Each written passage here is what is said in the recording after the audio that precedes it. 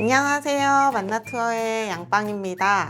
이제 정말 여름이 지나고 가을이 왔습니다. 오늘 만나투어에서 준비한 내용은 가을이 왔는데 이제 겨울을 준비하는 여행을 한번 이야기해 보려고 합니다. 겨울에 보통 유럽을 여행하실 때 서유럽이라던가 동유럽, 스페인 지역도 있고 북유럽도 있고 많은 지역을 여행하세요. 근데 저는 겨울에 유럽 여행을 갈 때 꼭 찾는 곳이 있습니다. 크리스마스 마켓.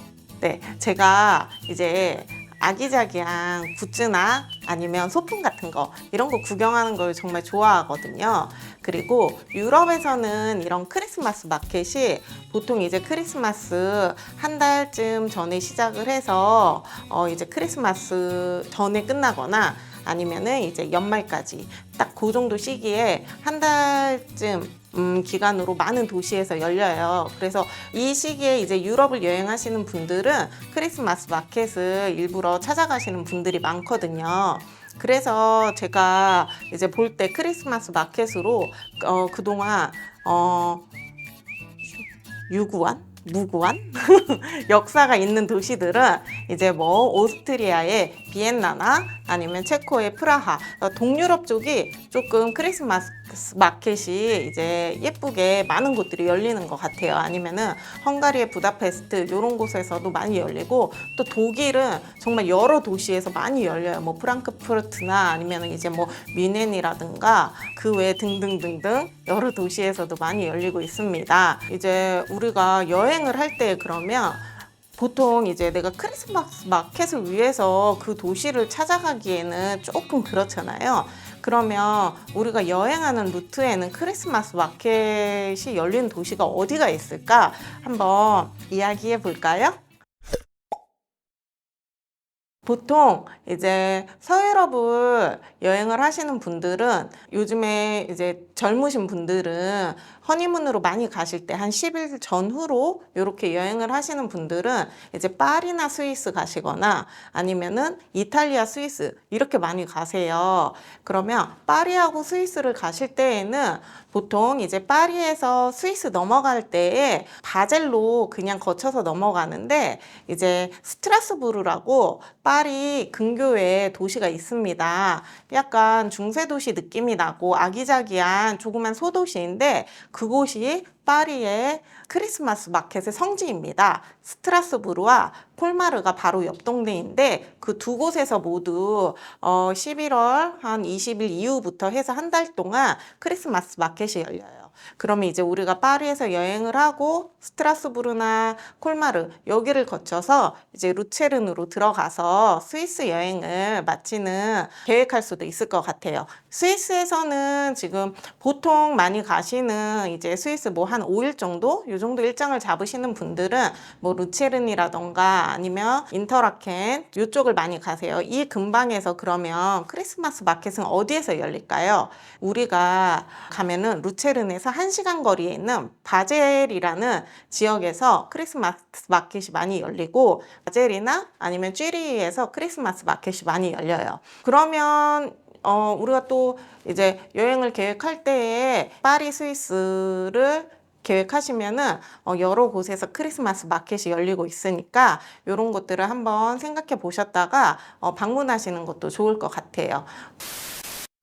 그리고 겨울 여행을 하시는 분들 중에 스위스가 물론 겨울에 가시면 조금 춥기는 하지만 겨울 스위스에 그 또 정취가 있어요. 융프라우에서도 또 눈도 더 많이 내려와서 이제 되게 멋진 그 겨울 설산을 구경하실 수도 있고, 겨울에 만나는 스위스도 저는 한 번쯤 이제 계획해 보시면 좋을 것 같아요. 그래서 스위스와 동유럽을 많이 묶어서도 여행을 하시거든요. 동유럽 지역은 스위스 쥐리히에서 체코 프라하로 가던가 오스트리아 비엔나로 갈 때에 기차로 이동이 가능합니다. 물론 기차로 이동하면 이제 보통 야간 열차를 많이 이용하세요. 야간 열차를 한번 경험해 보시고 싶으신 분들은 한 10시간 정도 이상이 걸려요. 네, 밤에 자면서 이동을 하는 건데 장단점이 있습니다. 우리 TV에서 요즘에 여행 프로 많이 하잖아요. 그럼 기차 타면서 침대칸에서 막 이야기하면서 막 많이 가잖아요. 네, 그런 것들 한번 경험해 보실 수 있어요. 근데 가끔 이제 침대 칸을 분명히 예약했는데 그날 기차에 뭔가 사정이 생겼어요. 그러면 그냥 앉아서 가야 하는 경우가 종종 있습니다. 이거는 뭐 게릴라성으로 일어나는데 그럴 때는 참 안타깝지만 정말 허리 부러져라. 예, 열 몇 시간을 앉아서 가야 하는 그런 게 있을 수 있고, 나는 죽어도 열 몇 시간은 기차 타고 이동하는 건 아닌 것 같아 하신 분들은 비행기로 이제 이동 많이 하세요. 그랬을 때 이제 스위스와 동유럽을 묶어서 또 여행을 하시면 우리 동유럽 쪽에서는 정말 이제 크리스마스 분위기를 물씬 느낄 수가 있거든요. 겨울에 이런 여행을 한번 계획해 보시는 것도 좋을 것 같아요. 저도 이제 11월 말에 이제 유럽으로 떠나요. 근데 뭐 날짜를 그렇게 계획한 건 아닌데 11월 제가 딱 말쯤에 파리에 들어가거든요. 그래서 저도 그때 스트라스부르의 크리스마스 마켓을 한번 구경을 다녀오려고 합니다. 여러분, 제가 다녀와서 멋진 굿즈도 늘어놓고 유튜브 촬영 한번 하겠습니다. 이제 가을이 시작된 지 이제 시작됐지만 우리는 이제 겨울 여행을 준비해야 할 때입니다. 제가 볼 때는 벌써 9월은 뭐 지금 다 지났잖아요. 10월 달도 거의 유럽으로 들어가는 항공들이 많이 이제 매진된 날짜들도 의외로 많아요. 그래서 9월, 11월도 조금 항공이 많이 막히고 있더라고요. 한 12월부터 이제 겨울 여행을 준비하시는 분들은 지금쯤은 예약하셔야 늦지 않을 것 같고요. 우리가 겨울에 그러면 어디를 여행을 많이 가냐? 나 유럽을 계획하고 있는데 조금 추운 거는 싫습니다. 추운 건 싫어요. 어디를 가면 좋을까요? 하시는 분들은 저는 개인적으로는 이탈리아나 스페인을 추천합니다. 유럽에 가시면은 여러 나라들을 다니고 싶어 하시는 분들도 있어요. 그런데 저는 가능하면 이탈리아 지역이나 스페인 지역은 1개국만 여행하시는 거를 계획해 보셔도 좋을 것 같아요. 우리가 이탈리아 여행을 하러 가면은 최소 이제 굵직굵직한 도시들을 나열을 해볼 때 로마나 피렌체, 베네치아 이렇게 벌써 세 도시를 돌게 되거든요. 우리가 1박 1박씩 하고 거쳐갈 수는 없잖아요. 이곳에서 사실 로마도 최소 3박 이상은 잡으시는 게 좋고 피렌체도 한 2박 정도는 하시는 게 좋아요. 베네치아도 돌고 뭐 베로나 같은 이제 로미오와 줄리엣의 도시죠. 네, 그런 곳을 돌다 보면 한 10일 전후로 해서 이탈리아 여행을 잡으시면 충분히 계획하셔서 즐겁게 다니실 수 있을 것 같아요.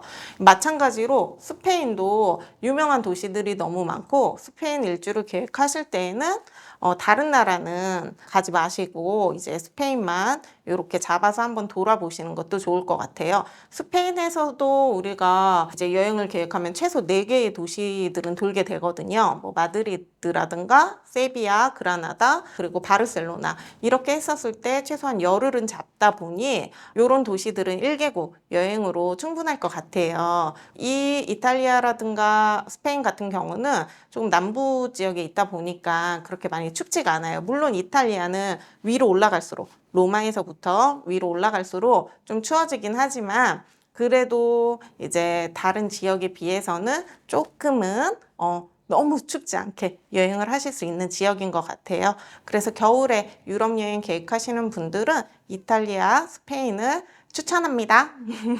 그리고 아까 말씀드렸듯이 겨울의 느낌, 나는 유럽에서 충만히 보내고 싶다 하시는 분들은 파리와 스위스, 동유럽 지역을 생각해 보시면 좋을 것 같아요. 뭐 물론 이제 진정한 겨울의 유럽은 북유럽에 있습니다. 오로라도 보고 하면서 북유럽도 즐길 수는 있지만 이쪽은 이제 유럽 여행이 조금 초보이시거나 그렇게 많이 여행을 즐기지 않으신 분들한테는 조금은 어려운 코스가 될 수 있을 것 같아요. 그래서 유럽 여행을 처음 계획하시면서 겨울 여행을 준비하신다면 저는 파리와 스위스와 동유럽 이렇게 추천을 드리고 또 조금은 춥지 않은 곳으로 가고 싶어요 하시는 분들은 스위스와 이탈리아를 계획하시면 좋을 것 같습니다. 여러분, 겨울 유럽 여행을 준비하고 계신 분들은 궁금하신 것은 여기 만나투어에 연락 주세요.